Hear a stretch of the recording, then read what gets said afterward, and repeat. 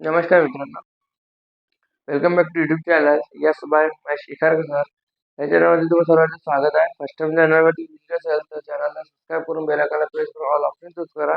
आज आपण as well as in English language as well ॲजचा वापर इंग्लिश लँग्वेजमध्ये कसं केलं जाते ते आज आपण आजच्या व्हिडिओमध्ये शिकणार आहोत.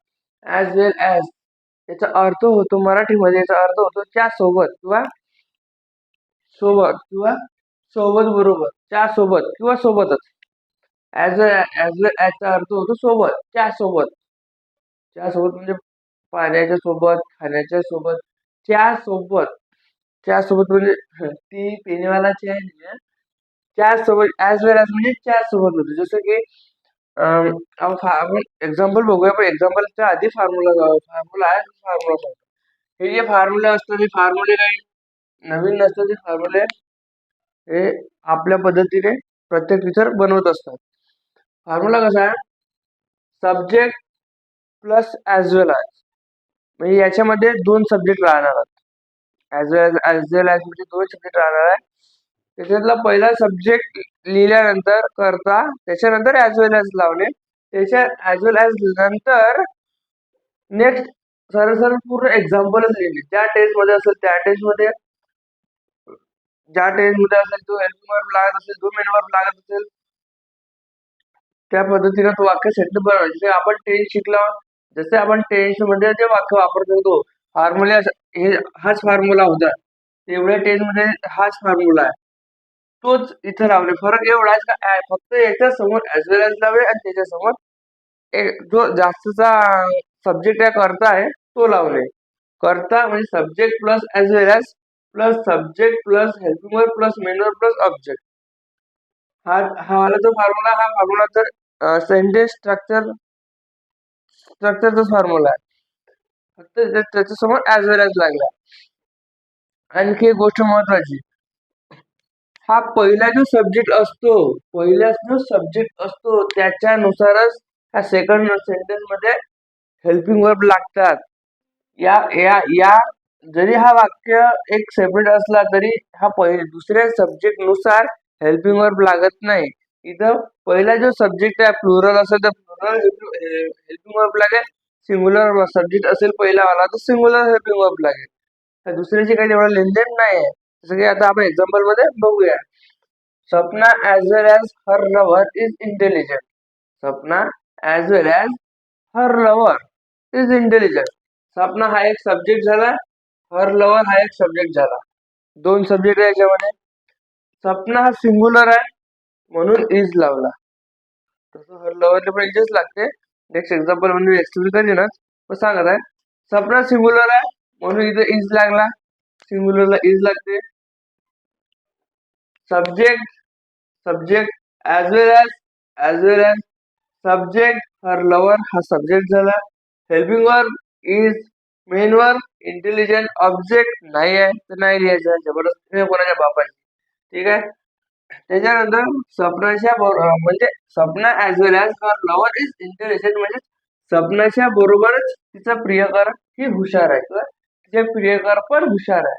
सपना बरोबरच तिचा प्रियकर पण हुशार आहे. सपनाच्या बरोबर म्हण किंवा सपना बरोबर पण म्हण. सपना बरोबर तिचा प्रियकर ही हुशार आहे. सपना बरोबर म्हण किंवा सपनाच्या बरोबर म्हण, सोबत म्हण, बरोबर किंवा सपनाच्या सोबत तिचा प्रियकर ही हुशार आहे किंवा सपना सोबत तिचा प्रियकर पण हुशार आहे किंवा सपना बरोबर तिचा प्रियकर पण हुशार आहे. बरोबर म्हणा, सोबत म्हणा, doesn't matter. And next example, my parents as well as I were present there. My parents as well as I were present there. आता बघा, प्रेझेंट डेअर म्हणजेच काय, याचा अर्थ काय? My parents as well as I were present there. माझ्या आई वडिलांसोबत किंवा माझ्या आई वडिलांच्या बरोबर मी देखील तिथे हजर होतो. म्हणजे मी सुद्धा तिथे हजर होतो, प्रेझेंट होतो. बघा, माय पॅरेंट्स हा एक सब्जेक्ट झाला. माय पॅरेंट्स हा एक सब्जेक्ट झाला. पॅरेंट्स हा प्लुरल आहे. पॅरेंट्स आहे प्लुरल आहे. ॲज वेल ॲज आय वर. बघा आता subject my parents as well as subject helping verb I सोबत वॉज लागते. हेल्पिंग वर्ब आय सोबत वॉज लागते, इथं वर लावला कारण की हा माय पॅरेंट्स हा प्लुरल आहे, म्हणून इथं प्लुरल हेल्पिंग वर्ब लावला. आय सोबत वॉज लागते, वॉज सिंगुलर लागते, वर हा प्लुरल लागते, तर पॅरेंट्स असल्यामुळे इथं वर लावण्यात आलं. Main verb present there, object म्हणजे ऑब्जेक्ट देअर. ठीक आहे.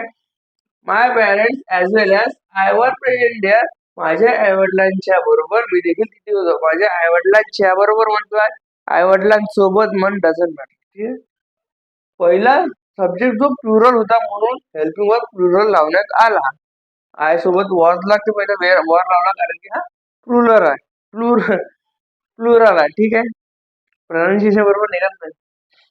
तिसरा example, Maya as well as her lover was arrested. Maya सोबत किंवा मायाच्या बरोबर तिचा प्रियकर पण अरेस्ट केला, पकडला, किंवा माया सोबत तिचा प्रियकर पण पकडला.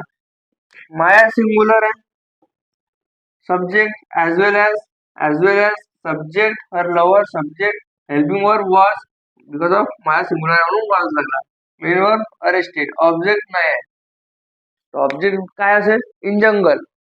माया म्हणजे Maya as well as her lover was arrested in garden. In garden म्हणजे मायासोबत तिच्या प्रियकर पण गार्डन मध्ये पकडण्यात आले किंवा गार्डन मध्ये सापडले. तर जो इन गार्डन होता तो ऑब्जेक्ट होता, पण याच्यामध्ये ऑब्जेक्ट नाही आहे. जर ऑब्जेक्ट लिहितो म्हटलं तर गार्डन म्हणा, जंगल म्हणा, काय पण म्हणा, गार्डन, स्कूल, मार्केट, कुठं पण, म्हणजे माया आणि तिचा प्रियकर लवर म्हणजे तो जोडपे कुठेतरी सापडले असं त्याचा अर्थ होतो. सोबतच दोघं पण सापडले. He as well as you is disturb. आता बघा अजून, ही सब्जेक्ट आहे, he as well as subject आहे, इथे यू सब्जेक्ट आहे, सब्जेक्ट आहे यू, हेल्पिंग वर्ब आहे इज, यू सोबत आर लागते, यू सोबत आर लागते, पण इथे इज लावण्याचं कारण पहिला जो सब्जेक्ट आहे तो सिंगुलर आहे म्हणून इथं सिंगुलर हेल्पिंग वर्ब लावण्यात आला. नाही यू सोबत तर आर लागते. जसं इथं आय सोबत वॉज लागत होता, पहिला वर लावण्यात आला तर हा प्लुरल आहे म्हणून. इथे ही हा सिंगुलर आहे, यू सोबत तर आर लागते, मग इथे इज लावला कारण हा पहिला सब्जेक्ट सिंगुलर आहे म्हणून इज लावला. He as well as you is disturb म्हणजे त्याच्यासोबत तू देखील चिंतित आहेस, डिस्टर्ब आहेस, त्याच्यासोबत तू देखील चिंतित आहेस किंवा त्याच्याबरोबर तू तू पण चिंतित आहेस याचा अर्थ होतो. It food as well as drink water, हा मी सहज वाक्य लिहिला. It food as well as drink water, अन्न खा आणि पाणी प्या, अन्न खा आणि पाणी प्या, पाणी पी किंवा पाणी प्या, अन्न खा आणि पाणी प्या. It food as well as drink water, याच्या अर्थाने बघतो म्हटलं तर म्हणजे अन्नासोबत, सोबतच्या सोबत म्हणजे अन्नाच्या सोबत पाणी पण प्या, अन्नाच्या सोबत पाणी देखील प्या, अन्नासोबत पाणी देखील प्या असं अर्थ. त्या प्रकारचे ॲज वेल ॲज च्या सोबत, सोबत बरोबर या अर्थाने इंग्लिश लँग्वेज मध्ये याचा उपयोग केला जातो. बोलल्या चालण्यामध्ये खूप महत्वाचं आहे ग्रामर आहे ना, आणि बाय चान्स इरर म्हणून एक्झाम विचारू शकतात. एक्झाम वाले खरं नसते, ते काय विचारते याची गॅरंटी नाही. एक्झाम वाल्याच्या डोक्यात आपण घुसू शकत नाही, म्हणून आपण त्यांच्या डोक्यात न घुसता आपण आपल्याच डोक्यात घुसता आणि स्ट्रॉंग अभ्यास करायचा. व्हिडिओ आवडल्यास व्हिडिओला लाईक करा, शेअर करा, सबस्क्राईब करा, बेल आयकॉनला प्रेस करून ऑल ऑप्शन चूज करा. चॅनलवरती फर्स्ट टाइम विजिट असेल तर चॅनलला सबस्क्राईब करून ऑल ऑप्शनला चूज करा, अशी हंबल रिक्वेस्ट आहे. नमस्कार.